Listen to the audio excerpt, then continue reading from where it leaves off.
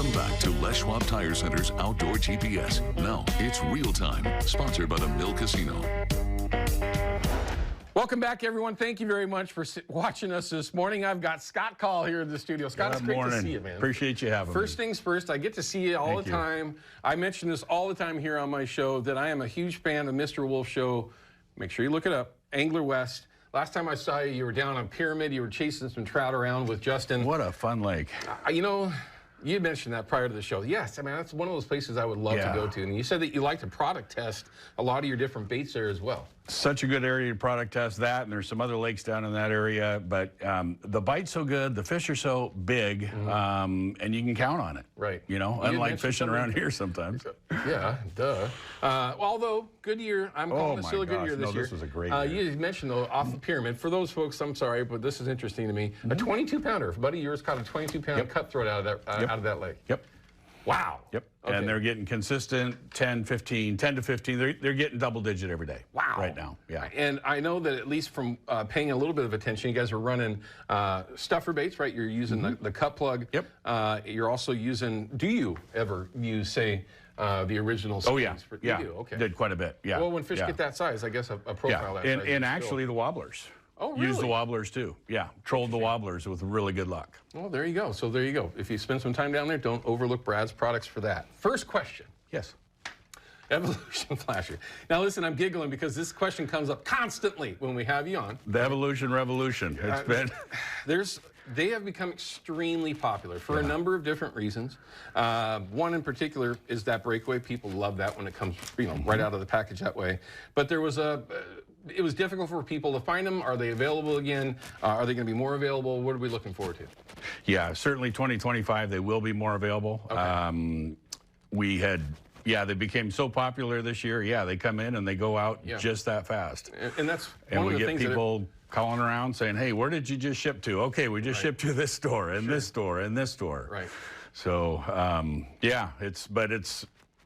it put in a yeoman's work this year. It really did. I tell you what. There were several people that had called the show and said, "Hey, I need more." Makes a difference. Because they're having success with them. But that's one of the things about these sorts of products. Everyone, doesn't matter if they're wigglers or if they are the flasher. A lot of people will go in and they'll buy a whole peg, which drives a lot of people nuts. But that's exactly what people will do. Or.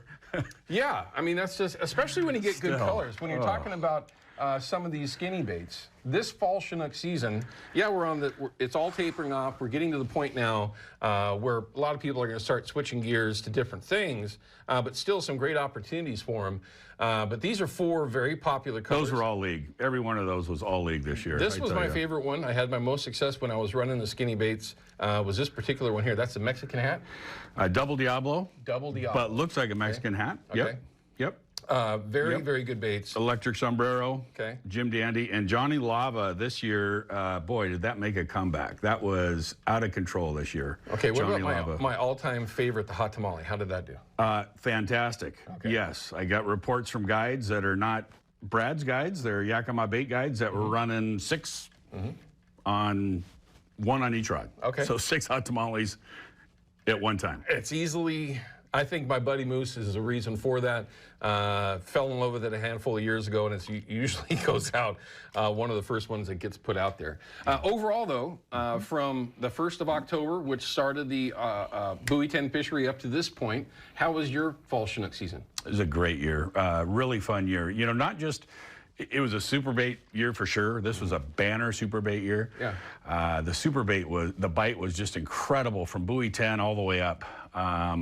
But we also saw the comeback of this. Oh, okay. The wobbler. Hold that right in here. We had mentioned it a little bit that there was some reports early on that folks that were sitting on the anchor were outperforming folks that were trolling. Holy cow. And then it continued, that same report, because the same people were continuing to go out and be successful with wobblers. Yeah. And they were also folks that had made that conversion to strictly 360 fishing, and then all of a sudden they were like, you know what? Let's just drop the hook. And the conditions were perfect for it early on, that August going into September. Really nice. And they just stuck with it.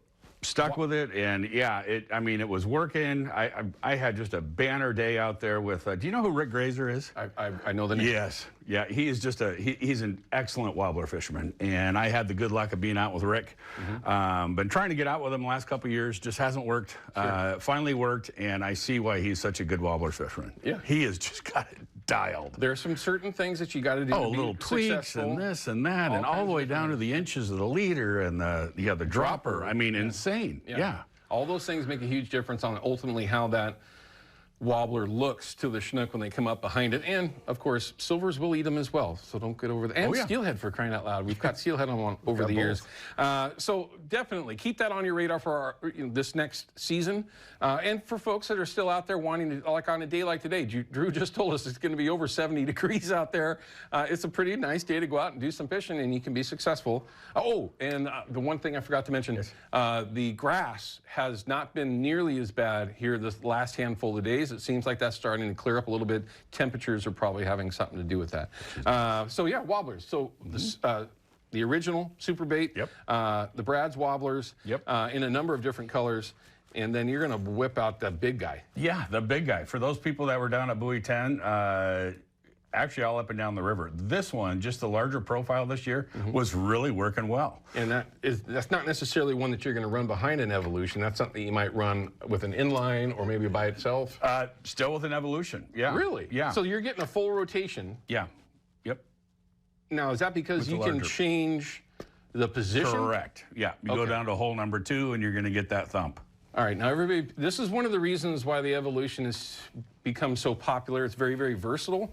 There's 3 holes here. I don't know if you're going to be able to see them, but there's 3 holes that are in the flasher itself. Comes right from the factory with the holes drilled in here.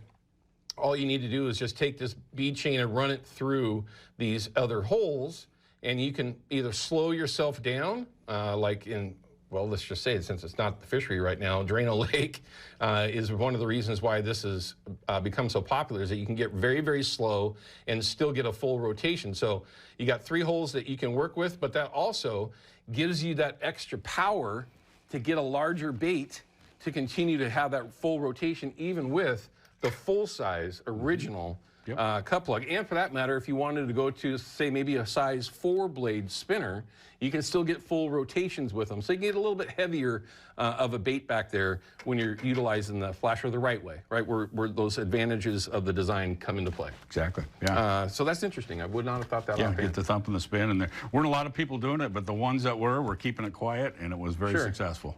I guess one of the questions I get, other than about the Evolution, which has been a big question recently, keep it kind of simple when you're talking about what you're stuffing these with. Is that a good piece of advice, or do you like to get crazy? No, it's a great piece of advice. In fact, I had a couple days where some people were stuffing it with some stuff and having really good luck, and then the next day just going flat dead. Okay. So I was out with them. I said, you know what, let's just go straight tuna. They're like, straight tuna? I'm like, yeah, just straight tuna. Yeah, don't mix with anything. I mean, there are plenty of things to mix with. You know, ProCure's great, got all the scents and stuff. And if you go just straight tuna to begin with, and it's not working, then you can take your ProCure and you can put it straight, you know, in the bait itself. Start changing things up a little. Yes, as opposed to the entire mix of tuna. Sure. Which can be a big difference. Because if you mix your whole tuna in whatever it is, you know, garlic or whatever it is, if they don't want it, they don't want it. And then that batch of bait is no longer something you're going to really want to use. So kind of spread it out a little bit and figure out what might be working. Well, now listen, you know this as good as anybody else. The Columbia is winding down. Although I will say, and I'm going to say it again, the fishing's pretty good out there right now.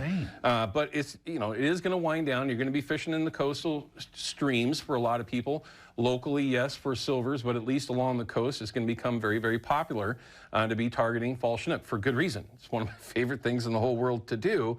But in that case, the killer fish, and I'm not going to say it's underutilized by any means, because quite honestly, if I go out on any of those rivers, if I'm in a drift boat, if I'm in the North Coast, Central Coast, or even a little bit further south, if I don't have good eggs and I'm not confident in those eggs, I will absolutely put a 15, 14 out there wrapped with whatever I might wrap it with and be just as confident as anybody that's out there with eggs. Now, some are going to go, oh, that's crazy. It's not crazy. There's a reason why these have caught more fish over the last millennia than a lot of other baits out there when you're talking about fishing those smaller streams. So that leads me to my question. You've got numerous sizes for the killer fish. If somebody's going to go to some of these smaller rivers, is there a size of killer fish that you might say is more productive than, say, another for Chinook in particular? Great question. Yes, it's going to depend obviously on the water flows and the depth. Okay. So are you looking to use, you know, are you going to back bounce it, or are you looking to just flat troll it? If you're just flat lining it, based on the depth, you know, maybe a 14, maybe a 15. Okay. Generally in the tribs, you're looking for a little smaller, but there are times where you absolutely want the bigger, even up to a 16. Sure, absolutely. They don't see that profile a lot, and sometimes that's the kick they need to get it started and bite. And you mentioned flow in different situations that you're in. A 16 is one that literally will get into a fish's face and drive it so nuts that it will absolutely, no, I shouldn't say it that way. They're very bitey. It's an aggressive bite. They are right? extremely aggressive. And to watch that rod thump on that is just incredible. I've caught a lot of chum in that 10, 12, 15-pound range on a 16-size killer fish. Yeah. They don't care. As long as it gets into their face and you're presenting it the right way, those larger ones can work very, very well. But you can also run, just so that everyone's aware, if you get into deeper water, and sometimes that's a little bit slower water, that bigger 16, 15 with a diver in front of it to help get it down there is also extremely effective. And you guys make a couple of different versions of divers. We need to talk about that as well. But we're going to take a quick break. When we come back, we're going to continue our conversation with Scott Kaul from Brad's. We'll be back in just a minute. Outdoor GPS is brought to you by Chevy Silverado and the impressive Turbo Max engine. Flex your muscle with the strongest, most advanced Silverado ever. Official truck of Outdoor GPS.